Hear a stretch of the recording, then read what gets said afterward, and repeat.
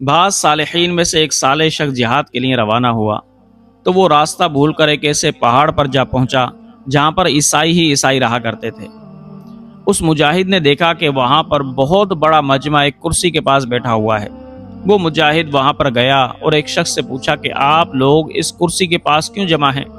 تو اس شخص نے جواب دیا کہ سال میں ایک مرتبہ ہمارا راہب آتا ہے ہمیں واعظ و نصیحت کرنے کے لیے، تو آج واعظ و نصیحت کا دن ہے، وہ آئے گا، اس کرسی پر بیٹھے گا اور ہمیں واعظ و نصیحت کرے گا۔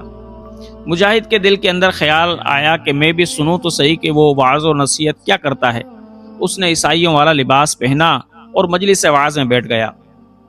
چند لمحوں کے بعد وہ راہب آیا، کرسی پر بیٹھا اور بیٹھتے ہی اس نے کہا کہ لوگوں، آج میں تقریر نہیں کر سکوں گا، اس لیے کہ مجھ سے تقریر نہیں ہوگی۔ لوگوں نے کہا کہ ہم تو آپ کی تقریر کا پورے سال انتظار کرتے ہیں اور آپ کہہ رہے ہیں کہ مجھ سے تقریر نہیں ہو سکے گی، وجہ کیا ہے؟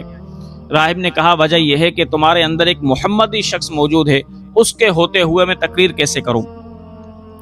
ماحول پر سناٹا چھا گیا۔ پھر اس راہب نے کہا کہ محمدی شخص، میں تجھے امان دیتا ہوں، یہ مجمع والے تجھے کچھ نہیں کہیں گے، تو کھڑا ہو جا، میں تجھ سے کچھ سوالات کروں گا، اگر تو نے میرے سوالات کے جوابات صحیح دے دیے تو پھر شاید میں تیرے نبی پر ایمان لے آؤں۔ اس مجاہد نے جب یہ سنا تو وہ کھڑا ہو گیا۔ راہب نے کہا کہ میرا پہلا سوال یہ ہے کہ میں نے کتابوں کے اندر پڑھا ہے کہ جنت کے اندر پھل ہوں گے، تو کیا ان کی نظیر اس دنیا کے اندر بھی موجود ہے یا نہیں؟ تو وہ مجاہد کہنے لگا قرآن کہتا ہے فیہا فاکہۃ و نخل و رمان، کہ جنت کے اندر سیب بھی ہیں، کھجور بھی ہیں، انار بھی ہیں، اور دنیا کے اندر بھی اس کی نظیر موجود ہے، سیب بھی ہیں، کھجور بھی ہیں، انار بھی ہیں۔ لیکن اے راہب، ان کی نظیر تو موجود ہے، لیکن جنتی پھل اور دنیاوی پھل کے ذائقے میں زمین آسمان کا فرق ہوگا۔ پھر وہ راہب کہنے لگا اچھا، میرا دوسرا سوال یہ ہے کہ جنت میں 4 نہریں ہیں، دودھ کی، شہد کی، شراب طہور کی اور سلسبیل کی، لیکن ان کا منبع ایک ہے، تو کیا اس کی نظیر بھی اس دنیا کے اندر موجود ہے؟ مجاہد کہنے لگا بالکل موجود ہے۔ دیکھیں، کان میں سے پانی کڑوا نکلتا ہے، آنکھ میں سے پانی نمکین نکلتا ہے، ناک میں سے پانی بدذائقہ نکلتا ہے، اور سینے کا پانی میٹھا اور شفاف ہوتا ہے، حالانکہ ان تمام کا مجمع اور منبع یہ سر ہے۔ راہب نے جب یہ سنا تو وہ حیران ہو گیا۔ پھر کہنے لگا اچھا، میں نے کتابوں کے اندر پڑھا ہے کہ جنت میں ایک درخت ہے جس کا نام شجر توبہ ہے، اس کی ٹہنی یا اس کا سایہ جنت کے ہر محل، ہر گھر پر پڑے گا، تو کیا دنیا کے اندر بھی اس کی نظیر کوئی موجود ہے؟ مجاہد نے کہا بالکل موجود ہے۔ دیکھیے، سورج ایک ہی ہے، لیکن جب یہ روشن ہوتا ہے تو اس کی روشنی محل پر بھی پڑتی ہے، گھر پر بھی پڑتی ہے، جھوپڑی پر بھی پڑتی ہے، میدان پر بھی پڑتی ہے، تمام چیزوں کو روشن کر دیتا ہے۔ راہب نے جب یہ سنا تو وہ حیران ہو گیا۔ پھر راہب نے کہا اچھا، میرا ایک سوال اور ہے، میں نے کتابوں کے اندر پڑھا ہے کہ جنت میں ایک ایسا تخت ہوگا جس کی مسافت 500 سال کے برابر ہوگی، لیکن جنتی جب اس پر سوار ہونا چاہے گا تو وہ بالکل آگے والا حصہ اپنا جھکا لے گا، اور جھکا لے گا تو جنتی شخص جب اس پر بیٹھے گا تو وہ آگے والا حصہ اوپر اٹھا کر پھر روانہ ہو جائے گا سیر کرنے کے لیے، تو کیا اس کی نظیر بھی دنیا کے اندر موجود ہے؟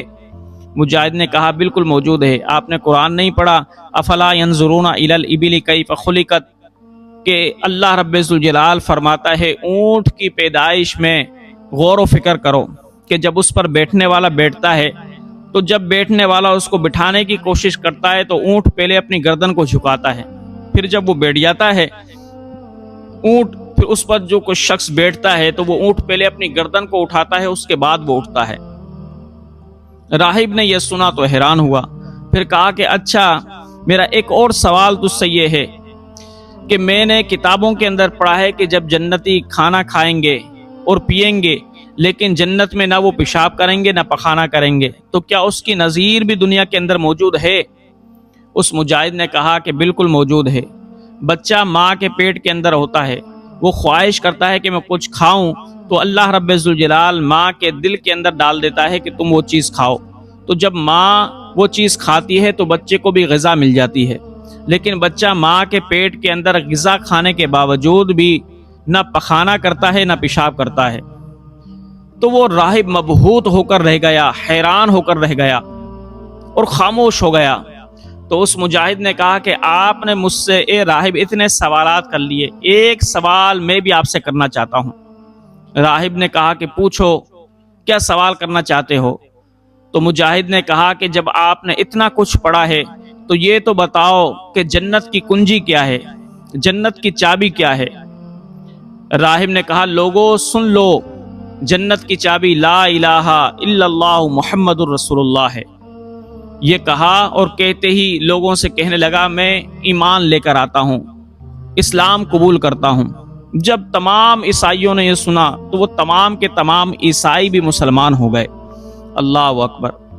تو یہ اسلام کی حقانیت ہے کہ اسلام مغلوب ہونے کے لیے نہیں آیا بلکہ غالب ہونے کے لیے آیا ہے۔ اگر اسلام کا ماننے والا، اللہ اور اس کے رسول کو ماننے والا سچا ہو تو وہ ہمیشہ اسلام اس کو غالب ہی رکھتا ہے، کبھی مغلوب نہیں کرتا۔ حضرت مالک بن دینار کے وقت میں دو مجوسی رہا کرتے تھے۔ انہوں نے 20-25 سال تک آگ کی پوجا کی۔ ایک دن مالک بن دینار ان کے پاس آئے اور کہا کہ تم نے آگ کو معبود بنا رکھا ہے، کتنے سالوں سے عبادت کر رہے ہو؟ وہ مجوسی کہنے لگے 20 یا 25 سال ہو گئے۔ کہا کہ جب اتنی تم نے عبادت اس کی کر لی ہے، اب تو آگ کو تم سے محبت ہو چکی ہوگی، لہٰذا اب اپنے ہاتھ آگ میں ڈالو، دیکھو تو صحیح کہ یہ آگ تمہیں جلاتی ہے یا نہیں، محبوب رکھتی ہے یا نہیں۔ جب ان دونوں مجوسیوں نے آگ کے اندر ہاتھ ڈالا تو وہ جلانے لگی۔ تو مالک بن دینار فرمانے لگے تو پھر یہ تمہاری معبود نہیں ہے، اگر معبود ہوتی تو اس کو اب تک تم سے محبت ہو چکی ہوتی۔